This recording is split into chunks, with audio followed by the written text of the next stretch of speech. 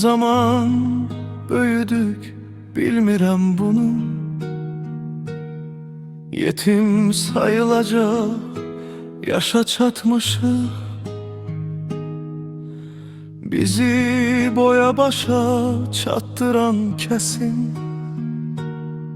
Qəbrinin üstüne torpaq atmışıq. Bu fani dünyada arkada ayaksız, atasız dünyanın derdi büyüktür. Övladın belini dizini büken, atasız yaşama en ağır yüktür.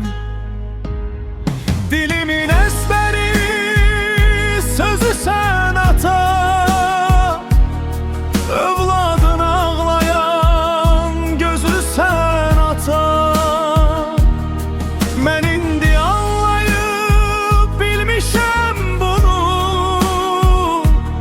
Sen elə həyatın özü sen ata. Sesini aktarır kulak eşitsin, kaynayıp çağlayan kulak eşitsin. Bütün yatmışlarda o yağ eşitsin. Sen elə hayatın özü sen ata.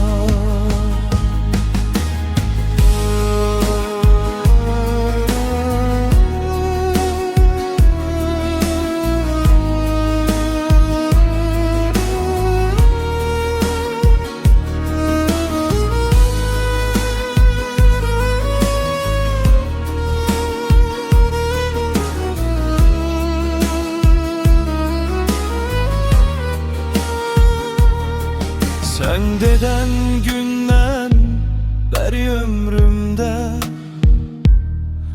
kalmayıp hiç neyin lezzeti dadı.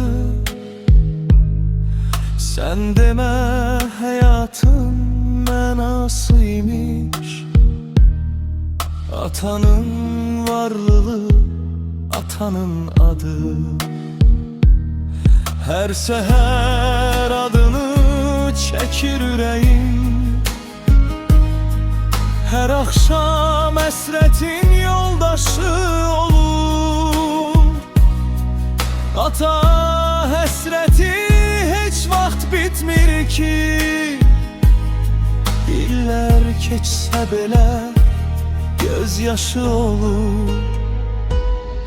Bir dəfə yuxuma gəlsən ay ata, başımı dizine koyup ağlayım. Ətrini qoxlayıp çəkim içime.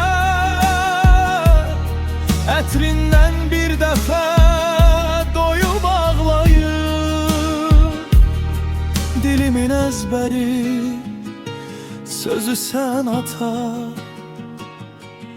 övladın ağlayım gözü sen ata. Mən indi anlayıp bilmişəm bunu. Sen elə hayatın özü sen ata. Dilimin ezberi sözü sen ata, övladın ağlayan gözü sen ata. Mən indi anlayıp bilmişəm bunu. Sen elə hayatın özü sen ata. Sesini aktarır kulak eşitsin. Kaynayıp çağlayan kulak eşitsin. Bütün dünya duysun bu evlat sesini. Sen elə hayatın özü sen ata.